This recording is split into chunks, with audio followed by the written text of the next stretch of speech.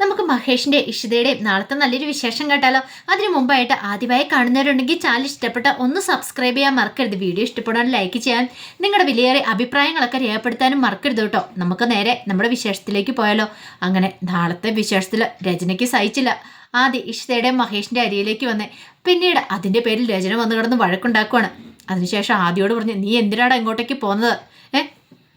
നിനക്ക് ഇങ്ങോട്ടേക്ക് വരേണ്ട വല്ല കാര്യമുണ്ടോ എന്നൊക്കെ പറഞ്ഞുകൊണ്ട് ആദ്യയുടെ കയ്യിലേക്ക് അങ്ങോട്ട് പിടിച്ച് വലിക്കുകയാണ്. ഈ സമയത്ത് ഇഷിത പറഞ്ഞു, അതെ ആദ്യയുടെ കയ്യിൽ നിന്ന് വിട് രചന എന്ന് പറയണം. അപ്പോഴേക്കും മഹേഷ് ആദ്യയുടെ കയ്യിലേക്ക് കയറി പിടിച്ചു. പിന്നീട് രചനയോട് പറഞ്ഞു, അതെ എൻ്റെ മോനെ ഇവൻ്റെ കയ്യെ കയറി പിടിച്ച് വലിച്ചുകൊണ്ട് പോകാൻ നിനക്ക് ഇവിടെ ധൈര്യമുണ്ടോ? എങ്കിലൊന്ന് ഒന്ന് കാണട്ടെ എന്നൊക്കെ പറയണം. അത് കേട്ട് കഴിഞ്ഞപ്പോഴത്തേനും രചനയ്ക്ക് സഹിച്ചില്ല. രചന പറഞ്ഞു, നിന്നെയൊന്നും ഞാൻ വെറുതെ വിടാൻ പോകുന്നില്ല.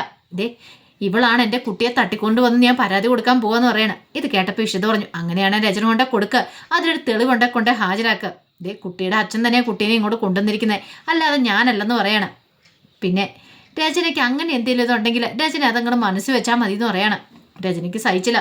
നിന്നെയൊക്കെ ഞാൻ കാണിച്ചു തരാമെന്ന് പറയണം. ആ സമയം ഇഷിത പറഞ്ഞു, രചനെ നീ എന്തൊക്കെ പറഞ്ഞിട്ടും കാര്യമില്ല. പിന്നെ കുട്ടിയെ ഇങ്ങോട്ട് മഹേഷ കൊണ്ടുവന്നെങ്കിൽ അവനെ അവിടെ കൊണ്ടുവന്ന് വിടുക തന്നെ ചെയ്യും, അല്ല നീ ഇവിടെ വന്ന് പേടിപ്പിച്ച് അവനെ കൂട്ടിക്കൊണ്ട് പോകേണ്ട കാര്യമൊന്നും ഇല്ലയെന്ന് പറയണം. രചന പറഞ്ഞു, ഞാൻ കാണിച്ചു തരാമെന്ന് പറയണം. നീ എന്ത് കാണിക്കാനായിട്ടാ? നീ ഒന്നും കാണിക്കാൻ പോകുന്നില്ല എന്ന് പറയണം. ഇത് കേട്ടപ്പോൾ രചനയ്ക്ക് ദേഷ്യമായി. ഈ സമയം ഇഷിത പറഞ്ഞു, ഇങ്ങോട്ട് വന്നേ, എനിക്ക് നിന്നോട് രണ്ടു വാക്ക് സംസാരിക്കാനുണ്ടെന്ന് പറയണം. അങ്ങനെ രചനയെ മാറ്റിയെടുത്തിട്ട് പറഞ്ഞു, ഒരു കാര്യം ഞാൻ പറഞ്ഞേക്കാം, ഇവിടെ വന്ന് വലിയ ഷോ കാണിക്കേണ്ട കാര്യമില്ല. നീ കുട്ടിയുടെ അമ്മയൊക്കെ തന്നെ ആയിരിക്കും, പക്ഷെ ഒരു കാര്യമുണ്ട്. ഇപ്പം ചിപ്പിമോള് എൻ്റെ മോളാണ്. എങ്ങനെയാണെന്നറിയോ, മഹേഷും ഞാനും തമ്മിലുള്ള വിവാഹം കഴിഞ്ഞപ്പം അവൾ എൻ്റെ മോളായി. അപ്പം അതേ അവകാശം തന്നെ ചിപ്പിമോളുടെ മേലുള്ള അതേ അവകാശം തന്നെ എനിക്ക് ആദിയുടെ മേലിലുണ്ട്. ഞാനും അവൻ്റെ അമ്മ തന്നെയാണെന്ന് പറയണം. നിനക്കെന്താ സംശയം ഉണ്ടോ എന്ന് ചോദിക്കുകയാണ്. ഇത് കേട്ട് കഴിഞ്ഞപ്പം രചനയ്ക്ക് ദേഷ്യം വന്നു. രചന പറഞ്ഞു, കോടതി വിധിയുണ്ട്, അവനെ കോടതിയിൽ നിന്ന് എനിക്ക് വിട്ടു തന്നിരിക്കുന്നതാന്ന് പറയാം. അതൊക്കെ സമ്മതിച്ചു, പക്ഷെ ആദ്യം ഞങ്ങളാരും ബലമായിട്ട് കൂട്ടിക്കൊണ്ട് വന്നല്ലെന്ന് പറയാണ്. അത് കേട്ടപ്പോൾ രചന പറഞ്ഞു, നിന്നെ ഞാൻ വെറുതെ വിടാൻ പോകുന്നില്ലടി, എൻ്റെ മോനെയും കൂടെ നഷ്ടപ്പെട്ടാൽ നിന്നെ ഞാൻ കൊന്നു കളയെന്ന് പറയണം. കൊന്നു കളയുന്നോ നീയാ? അന്ന് ആദ്യം നീ എന്നെ കൊല്ലാൻ പറയണം. നിനക്ക് അതിനുള്ള ധൈര്യമൊക്കെ ഉണ്ടോ രചന? വെറുതെ വായും കൊണ്ട് പറയുന്നത് അത്ര എളുപ്പമുള്ള കാര്യമൊന്നുമല്ല. ഇഷ്ടതയ്ക്ക് ചിരിയാണ് വന്നേ. പിന്നെ നിനക്കിപ്പോൾ ഒരു പേടി കാണുമായിരിക്കും ആദ്യം ഇങ്ങോട്ടേക്ക് വരുമോന്നുള്ളത്. അതെ, സ്നേഹം കൊടുക്കേണ്ട സമയത്ത് സ്നേഹം കൊടുത്ത് വളർത്തുവാണെങ്കിൽ ഇതിൻ്റെ പ്രശ്നങ്ങളൊന്നും ഉണ്ടാകത്തില്ല. അവൻ ആരുടെയും കൂടെ പോകാനൊന്നും പോകുന്നില്ല, ഇങ്ങോട്ടേക്കും പോലും വരില്ലായിരുന്നു. അല്ല, നിനക്കും നിൻ്റെ കാമുകൻ എന്ന് പറഞ്ഞ് നടക്കുന്നവനും അതിന് വല്ല സമയമുണ്ടോ? ആദ്യയുടെ കാര്യം നോക്കാനോ ചിന്തിക്കാനോ സമയമുണ്ടോ എന്നൊക്കെ ചോദിക്കുകയാണ്. പിന്നെ ഒരു കാര്യം, മര്യാദയാണ് മര്യാദ. ഇനി നീ കൂടുതൽ ഇവിടെ വന്ന് ഷോ എടുക്കാൻ നോക്കിയിട്ടുണ്ടെങ്കിൽ ആദ്യം ഞാൻ എന്നേക്കുമായിട്ട് ഇങ്ങോട്ടേക്ക് കൂട്ടിക്കൊണ്ട് വരും. പിന്നെ നിനക്ക് അവനെ കണി കാണാൻ പോലും കിട്ടില്ലെന്ന് പറയണം. ഇഷിത പറഞ്ഞ്, അറിയാലോ, ഞാൻ അവനെ ഇങ്ങോട്ട് കൂട്ടിക്കൊണ്ട് വരുമെന്ന് പറഞ്ഞാൽ വന്നിരിക്കും. ഇത് കേട്ടപ്പോൾ രചനയ്ക്ക് സഹിച്ചില്ല. നിന്നെ കാണിച്ചു തരാമെന്നൊക്കെ വലിയ വിളിച്ചിട്ട് അകത്തേക്ക് പോയിട്ട് അതിൽ കൈയും പിടിച്ചുകൊണ്ട് വെല്ലമായിട്ട് അങ്ങോട്ട് പോകാൻ തുടങ്ങുവാണ്. ആ സമയത്ത് ഇഷിതയ്ക്ക് ഭയങ്കര സങ്കടമായി. ആദ്യക്കും ഭയങ്കര വിഷമമായിരുന്നു. കാരണം നല്ലൊരു സമയമായിരുന്നു, സന്തോഷത്തോടെ ആഹാരം കഴിച്ചുകൊണ്ടിരിക്കുകയാണ്. ആ സമയത്താണ് അതിൽ കൈ പിടിച്ച് വലിച്ച് വെള്ളമായിട്ട് അങ്ങോട്ട് കൂട്ടിക്കൊണ്ട് പോകുന്നത്. പിന്നീട് ഇഷിത വന്നു കഴിഞ്ഞപ്പോഴത്തേനും മഹേഷിനും ചിപ്പിമോക്കും എല്ലാവർക്കും സങ്കടമാണ്. ആ സമയത്ത് മഹേഷ് പറഞ്ഞു, പാവം മോന് അവൻ നല്ല വിഷമമായെന്ന് തോന്നിയെന്ന് പറയണം.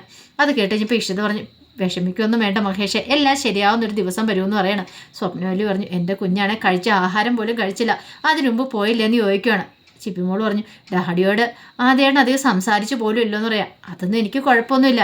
ഒരിക്കൽ കണ്ടോ അവൻ എൻ്റെ നിരപരാധിത്വം മനസ്സിലാക്കും. ഡാഡിന്ന് വിളിച്ചുകൊണ്ട് അവൻ ഇങ്ങോട്ടേക്ക് തന്നെ എൻ്റെ അടുത്തേക്ക് തന്നെ സംസാരിച്ചുകൊണ്ട് കയറി വരും. ആ ഒരു ദിവസത്തിന് വേണ്ടി ഞാൻ കാത്തിരിക്കുമെന്ന് പറഞ്ഞിട്ട് മഹേഷ് അങ്ങോട്ട് കയറിപ്പോയി. മഹേഷിൻ്റെ ഉള്ളിലെ വിഷമം എന്താണെന്ന് ഇഷിത തിരിച്ചറിയുകയാണ്.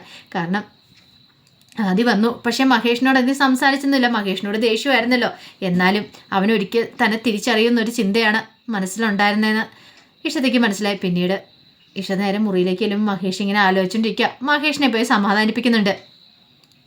ആദ്യം നമ്മൾ ഇവിടം വരെ കൊണ്ടുവന്നില്ലേ, ഒരിക്കലും ആദ്യം ഇങ്ങോട്ടേക്ക് വരുമെന്ന് കരുതിയതാണോ? അത് മാത്രമല്ല, അവൻ്റെ സ്വഭാവത്തിൽ നല്ല മാറ്റങ്ങളും കാര്യങ്ങളൊക്കെ ഉണ്ട്. അങ്ങനെയാണെങ്കിൽ മഹേഷിനെ നിരപരാധിത്വം അവൻ തിരിച്ചറിയും. അവൻ്റെ ഡാഡി ആരാ എന്താ ഏതെന്നൊക്കെ അവൻ തിരിച്ചറിയും. അവൻ ഈ മഹേഷിൻ്റെ അടുത്തേക്ക് തന്നെ വരും. അല്ലെങ്കിലും രക്തബന്ധമൊന്നും രക്തബന്ധം തന്നെയല്ലേ. ചിപ്പിമോളെ മഹേഷിനെയൊക്കെ ഉപേക്ഷിച്ച് ആദ്യക്കൊന്നും അവിടെ പോയി നിൽക്കാൻ പറ്റുമോ? ഒരിക്കലും ഇല്ല എന്നൊക്കെ പറയണം. അതെല്ലാം കേട്ട് കഴിഞ്ഞപ്പോഴത്തേനും മഹേഷിന് എന്തോ ഒരു സന്തോഷമൊക്കെ തോന്നി. പിന്നീട് ഇഷ്ടം നേരെ വീട്ടിലേക്ക് ചെല്ലുവാണ്. ആ സമയത്ത് നല്ല ടെൻഷനോട് കൂടിയിട്ടാണ് പ്രിയാമണി മാഷുമൊക്കെ ഇരിക്കുന്നത്. പിന്നീട് പ്രിയാമണി ചോദിച്ചു, മോളെ ആദി അവനും വീട്ടിലുണ്ടോ അതോ ഇനി രചന വന്ന് വഴക്കുണ്ടായിക്കൊണ്ട് പോയോ എന്നൊക്കെ ചോദിക്കുകയാണ്. പിന്നീട് ഇഷ്ടത്തെ കാര്യങ്ങളൊക്കെ പറയാം. എല്ലാം കേട്ട് കഴിഞ്ഞപ്പോഴത്തേനും പ്രിയാമണി പറഞ്ഞു, എന്തൊക്കെയാ മോളെ കേൾക്കണേ, നീ എന്തിനാ അവനെ വീട്ടിലേക്ക് വിളിച്ചുകൊണ്ട് വരാനായിട്ട് ചിപ്പിമോളോട് പറഞ്ഞതെന്നൊക്കെ ചോദിക്കുക. അത് പിന്നെ മഹേഷിൻ്റെ മനസ്സോടെ ഞാൻ കാണണ്ടേ, മഹേഷിന് എത്ര സങ്കടമുണ്ടെന്ന് അറിയോ, മോനെ കാണാത്തതിൻ്റെ വിഷമം, അത് നമ്മൾ കാണണ്ടേ അമ്മയെന്ന് ചോദിക്കുക. എന്നാലും അതൊന്നും കുഴപ്പമില്ലമ്മേ, അതുകൊണ്ടെന്താ, അവൻ എന്നെ തിരിച്ചറിഞ്ഞില്ലേന്ന് ചോദിക്കുക. മുമ്പ് അവൻ എന്നോട് ദേഷ്യമായിരുന്നു, ഞാൻ അവൻ്റെ ജീവിതം തട്ടിക്കളഞ്ഞു, അല്ലെങ്കിൽ അങ്ങനെ ഒരു സ്ത്രീ എന്നുള്ള രീതിയിലായിരുന്നു അവനെ കണ്ടിരുന്നത്, എനിക്ക് ഇരട്ട മുഖമായിരുന്നു. പക്ഷെ ഇപ്പോഴങ്ങനെയല്ല, അവൻ ആ സത്യം തിരിച്ചറിഞ്ഞു. ഞാൻ ഡോക്ടർ ഇഷിതയാണ്, അവനെ കുറേ കാലം ഞാൻ നോക്കിയതാണ്, അവൻ്റെ അമ്മയായിട്ട് ഞാൻ അവനെ നോക്കിയതാണ്. ഇത് കേട്ടപ്പോൾ പ്രിയാമണി ചോദിച്ചു, സത്യമാണോ മോളെ പറയണമെന്ന് നിൽക്കും. അതെ, അവൻ എന്നെ തിരിച്ചറിഞ്ഞു, എനിക്ക് കുഴപ്പമൊന്നുമില്ല, അവൻ എന്നെ സ്നേഹിക്കും, അതെനിക്ക് ഉറപ്പുള്ള കാര്യമാണ്. രചനയ്ക്ക് നല്ല പേടിയുണ്ട്, രചന ഭയത്തോട് കൂടിയിട്ടാണ് അവനെ വിളിച്ചുകൊണ്ട് പോയേക്കെന്നൊക്കെ പറയാണ്. പ്രിയാമണി പറഞ്ഞു, അത് നല്ല കാര്യമാണ് മോളെ, അവൾക്കിട്ട് ഇങ്ങനെ ഇടയ്ക്കിടയ്ക്ക് പണി കിട്ടണം, എത്ര കിട്ടിയാലും അവൾ പഠിക്കത്തില്ലോ എന്നൊക്കെ പറയാണ്. ഈ സമയത്ത് പോകുന്ന വഴിക്കല്ലേ രചന ഇങ്ങനെ ഓരോന്ന് പുറപുറത്തോണ്ടിരിക്കുകയായിരുന്നു ആദ്യയോട്. പക്ഷെ ആദ്യം അതൊന്നും മൈൻഡ് ചെയ്യാനൊന്നും പോയില്ല. നിന്നെ വീട്ടിൽ ചെല്ലുമ്പോൾ കാണിച്ചു തരാണ്ട എന്നുള്ള രീതിക്കായിരുന്നു രചന പോയത്. അങ്ങനെ വീട്ടിലേക്ക് എന്ന് കയറി കഴിഞ്ഞപ്പോഴത്തേനും ആകാശ് അവിടെ ഉണ്ടായിരുന്നു. ആകാശ് വന്ന് ചോദിച്ചു, അല്ല എവിടുന്ന രചന ഇവനെ കിട്ടിയെന്ന് ചോദിക്കാം. എവിടുന്ന്? ആ മഹേഷ് ചന്ദ്രൻ്റെ വീട്ടിൽ ഞാൻ കൂട്ടിക്കൊണ്ട് വന്നതെന്ന് പറയാണ്. പിന്നീട് ആകാശ് വന്നിട്ട് ചോദിച്ചു, എടാ മോനെ നീ എന്തിനാടാ അങ്ങോട്ടേക്ക് പോയെന്ന് ചോദിക്കാം. ഇത് കേട്ടുകഴിഞ്ഞപ്പോൾ ആദ്യം പറഞ്ഞു, എനിക്കെൻ്റെ അച്ഛമ്മേനെ കാണണ്ടേ, അതിന് വേണ്ടിട്ടാന്ന് പറയാം. ടീച്ചർ പറഞ്ഞു, അവൻ്റെ ഒരു അച്ഛനും അച്ഛമ്മ നിനക്ക് എന്നാടാ അവരൊക്കെ ഉണ്ടായത്, നിന്നെ വേണ്ടാത്തല്ലേ അവർക്ക്, പിന്നെ നീ എന്തിനാടാ അങ്ങോട്ട് പോയെന്ന് ചോദിക്കാം. അത് കേട്ട് കഴിഞ്ഞപ്പോഴത്തേനും ആദ്യം പറഞ്ഞു, അതെ ഞാൻ അങ്ങോട്ട് പോയിട്ടുണ്ടെങ്കിൽ വേറെ ഒരിടത്തേക്കും അല്ല, എൻ്റെ ഡാഡിയുടെ വീട്ടിലേക്കല്ലേ, അതിനിപ്പോൾ എന്താ കുഴപ്പം, എൻ്റെ അനുജത്തി അവിടെയല്ലേ ഉള്ളേ, അതിന് അമ്മ ഇത്ര കിടന്ന് ദേഷ്യപ്പെടേണ്ട കാര്യമൊന്നുമില്ല എന്ന് പറയണം. ഇത് കേട്ട് കഴിഞ്ഞപ്പോൾ ടീച്ചർ പറഞ്ഞു, ഓഹോ അപ്പോൾ എന്നെക്കാളും പ്രിയപ്പെട്ട അവരൊക്കെ നിനക്കല്ലേന്ന് ചോദിക്കുക. അമ്മ എന്താ ഇങ്ങനെയൊക്കെ പറയണേ, എനിക്കെല്ലാവരും പ്രിയപ്പെട്ട തന്നെയാണ്, ഇപ്പം അമ്മയെപ്പോലെ തന്നെയല്ലേ എനിക്ക് എൻ്റെ അനുജത്തിയും ഡാഡിയൊക്കെ, പിന്നെന്താ കുഴപ്പമെന്ന് ചോദിക്കും. ഇന്നലെ വരെ നിനക്ക് ഡാഡിയെ വെറുപ്പായിരുന്നല്ലോ, പിന്നെ പെട്ടെന്ന് എന്താ അത്ര സ്നേഹം എന്ന് ചോദിക്കും. ഇത് കേട്ട് കഴിഞ്ഞപ്പോഴത്തേനും ആദ്യം പറഞ്ഞു, അതെ എനിക്ക് തോന്നുന്നു എൻ്റെ ഡാഡി പാവാന്ന് തോന്നിയെന്ന് പറയണം. അത് കേട്ടപ്പോൾ രചനയുടെ മുഖമൊക്കെ അങ്ങോട്ട് മാറി. അതേടാ നീ ഇത് തന്നെ പറയണം, ഇത്രയും കാലം നിന്നെ ഞാൻ കൊണ്ടു നടന്ന് വളർത്തിയതിന് ഉള്ള ശിക്ഷയായിരിക്കും നീ എനിക്ക് തരുന്നത് അല്ലേന്നൊക്കെ ചോദിച്ചുകൊണ്ട് രചന ഭയങ്കരമായിട്ട് കിടന്ന് ദേഷ്യപ്പെടുവാണ്. അത് കേട്ട് കഴിഞ്ഞപ്പോഴത്തേനും ആദ്യം പറഞ്ഞു, ഇതേ അമ്മേ വെറുതെ അമ്മ ഇങ്ങനെ കടന്ന് പറയൊന്നും വേണ്ട, പിന്നെ ചിപ്പിമോള് വിളിച്ചുകൊണ്ട് മാത്രം ഞാൻ അങ്ങോട്ടേക്ക് പോയത്, എൻ്റെ അനുജത്തിയല്ലേ അവളെ വിഷമിപ്പിക്കാനായിട്ട് എനിക്ക് തയ്യാറല്ലായിരുന്നു, അതുകൊണ്ട് പോയതാ. ഈ സമയം ആകാശ് പറഞ്ഞു, ഇതൊന്നും വേണ്ടായിരുന്നു മോനെ, അന്ന് ശരിയായിട്ടുള്ള കാര്യമൊന്നും തോന്നുന്നുണ്ടോ, നിന്റെ ശത്രു ആ മഹേഷ് ചന്ദ്രൻ, അത് നീ മറക്കല്ലെന്ന് പറയണം. അത് കേട്ട് കഴിഞ്ഞപ്പോൾ ആദ്യം പറഞ്ഞു, ശത്രുവോ, അതെങ്ങനെ അങ്കിളെ ശത്രുവാന്നേ, എൻ്റെ ഡാഡിയല്ലേ അത്, പിന്നെ എങ്ങനെ ശത്രു ആണെന്ന് ചോദിക്കുകയാണ്. ഇത് കേട്ടപ്പം